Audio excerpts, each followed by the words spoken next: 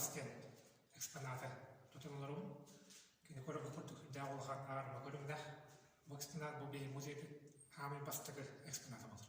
Ол курдук кинени Жапанда сколтун уштала Мухаплю Николай Федорович 1984 Аллахка бейтерли бытыгар 96 күнүгөр туттар буда.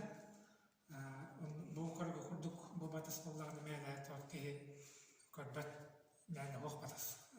Кини кеме на яада төткеде 600. Антон бу битин уна аган үчкө ханта базар курдук. Бу тура табылдагына биротча.